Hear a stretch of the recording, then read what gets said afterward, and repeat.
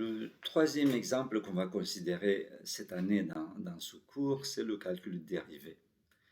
Euh, c'est quelque chose de plus général que juste calculer la dérivée de x carré, hein. C'est un tout petit peu plus général. Voyons de quoi il s'agit. C'est lié bien sûr aux équations d'évolution, mais ça marche un peu au-delà. Et donc, le concept le plus général, c'est cette notion de contrôle. On a bien vu, tout le monde veut contrôler l'épidémie de Covid. Donc, qu'est-ce que ça veut dire contrôler? Ça veut dire influencer le résultat en agissant sur quelque chose. D'accord. Par exemple, S infini, c'est le combien dans l'application SIR qu'on a vu dans l'épidémiologie, c'est combien de gens susceptibles restent, ça veut dire combien de gens n'ont pas eu la maladie. On veut maximiser ça, et S0 moins S infini, ça va être la taille de l'épidémie, combien de gens ont finalement eu la maladie pour une épidémie donnée. Cette quantité, elle dépend des paramètres du modèle. Ici, par exemple, pour le SIR, les paramètres du modèle étaient R, petit r et petit a. Il y a aussi S0, I0 et R0, entre autres. Et du coup, on peut se poser la question, quelle est la sensibilité de ce paramètre S0 ou S infini par rapport aux paramètres input qui sont petit r. D'une manière générale, la notion qui généralise ceci, c'est la notion de graphe computationnel. Ça veut dire on fait certains calculs qui sont agrégés sur la forme de liste d'opérations à faire, c'est le graphe computationnel, et on a un résultat. Et ce qui nous intéresse, c'est de calculer la dérivée de ce résultat par rapport aux entrées. Le calcul direct s'appelle propagation directe. Le calcul de la dérivée s'appelle backpropagation, propagation rétrograde. C'est ce qui est dans la théorie du contrôle s'appelle l'état adjoint. Dans la théorie, par exemple, dans l'intelligence artificielle, le deep learning, ça s'appelle backpropagation. C'est en fait la même chose conceptuellement, bien sûr. Ensuite, chaque application utilise son cadre. Pour expliquer plus posément, je vais prendre un exemple. Supposons qu'on veut calculer cette fonction-là. F de x, y, z égale 5 fois x plus y fois z. Ferme la parenthèse. Quelles sont les entrées du graphe? Quelles sont les sorties du graphe? Les entrées du graphe sont les x, y, z. C'est les paramètres input. Pour l'exemple épidémiologique, les paramètres input sont r, petit a, S0, I0, R0. Quelle est la sortie pour ce calcul précis? La sortie, c'est f égale f de x, y, z. Et donc, on veut calculer la dérivée de f par rapport aux entrées. Ça veut dire le gradient de f, en fait. Ça veut dire dfx, dfy, dfz.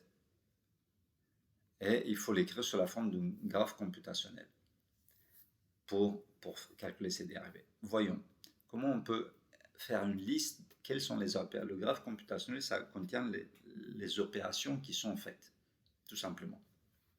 Voyons, la première opération, c'est y fois z.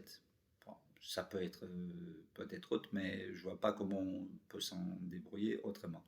Donc il faut calculer y fois z, parce que pour ajouter à x, il faut déjà l'avoir calculé. Donc u égale y fois z. Très bien.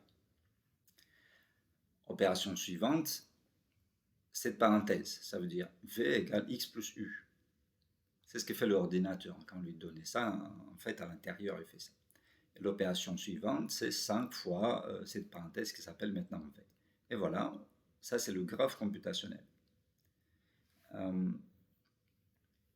Prenons un exemple. X égale à 1, Y égale à 2, Z égale à 3, comme par hasard. Et donc, de quelle manière ça peut nous servir à calculer les dérivées? Le fait qu'on a fait cette liste-là de manière très scolaire. Parce que à partir de ça, on peut calculer plein de dérivés, et en particulier les dérivés qui nous intéressent. Pourquoi? Voyons, l'astuce c'est qu'il faut commencer avec la fin, cette fois-ci. C'est pour ça que c'est rétrograde. Le calcul, il était direct comme ça, et à l'inverse, il remonte un peu. C'est pour ça qu'on l'appelle rétrograde. On verra clairement de quoi il s'agit lors de ce chapitre, mais il fait à l'inverse. Et donc, la dérivée de f par rapport à v, c'est facile, hein, la dernière ligne donne clairement ce dont il s'agit. Bon, c'est 5, hein, il n'y a pas de mystère. Ici, on peut obtenir la dérivée de f par rapport à x. Pourquoi? Parce que la dérivée de f par rapport à x, ça va être la dérivée de f par rapport à v fois la dérivée de v par rapport à x. Parce que f, il dépend de x seulement à travers ce v. Il apparaît ici x et pas ailleurs. Dérivée de v par rapport à x, on regarde ici. C'est 1. Donc finalement, c'est la dérivée de f par rapport à v. C'est égal à 5. Les calculs ont l'air faciles, et j'espère qu'ils sont faciles. Hein. En 4e année de maths, ils devraient l'être. Mais ce qui est important de remarquer, c'est qu'un ordinateur peut faire ça. Peut faire ça de manière automatique. Il calcule les dérivés dès qu'il a connaissance de ça. Continuons. Dérivée de f par rapport à u, cette fois-ci. U, il apparaît ici. Donc la dépendance de f par rapport à u, elle s'opère à travers ce v seulement. D'accord? Donc c'est une dérivation composée. Hein. Dérivation de f par rapport à u, c'est dérivation f par rapport à v fois dérivée de v par rapport à u. Dérivée de v par rapport à u, c'est 1. Et donc ça nous vaut 5. Ok, donc on est plus avancé. Là, on a dv, dx, du. Ça veut dire qu'une fois qu'on est remonté à cette étape-là, on a toutes les dérivées par rapport à toutes les nouvelles variables. dv, dx, du. Très bien. Il ne reste que des y, des z, des u. F, comment il dépend du y? Il dépend seulement à travers le u. Donc, dfy, c'est dfu fois duy. Comment il dépend y par rapport à u? La dérivée, c'est égal à z. Donc, c'est 5 fois z, et z, on sait que c'est égal à 3. Et là, attention, très important, on a besoin de savoir que z égale 3. Ça veut dire qu'il faut garder tous les détails intermédiaires de ce calcul. On verra bientôt plus clairement encore. Dérivée de f par rapport à z, c'est pareil. Z, il entre dans le f seulement à travers le u. Donc c'est dfu fois duz. Dérivée de u par rapport à z, c'est y. C'est donc 5, ça c'était 5 fois y, c'est égal à 10. Donc on a dû garder en mémoire ces variables-là, sinon ça ne marche pas. Et on verra qu'on a besoin de garder en mémoire le calcul direct, tous les calculs intermédiaires de calcul direct pour faire le calcul rétrograde.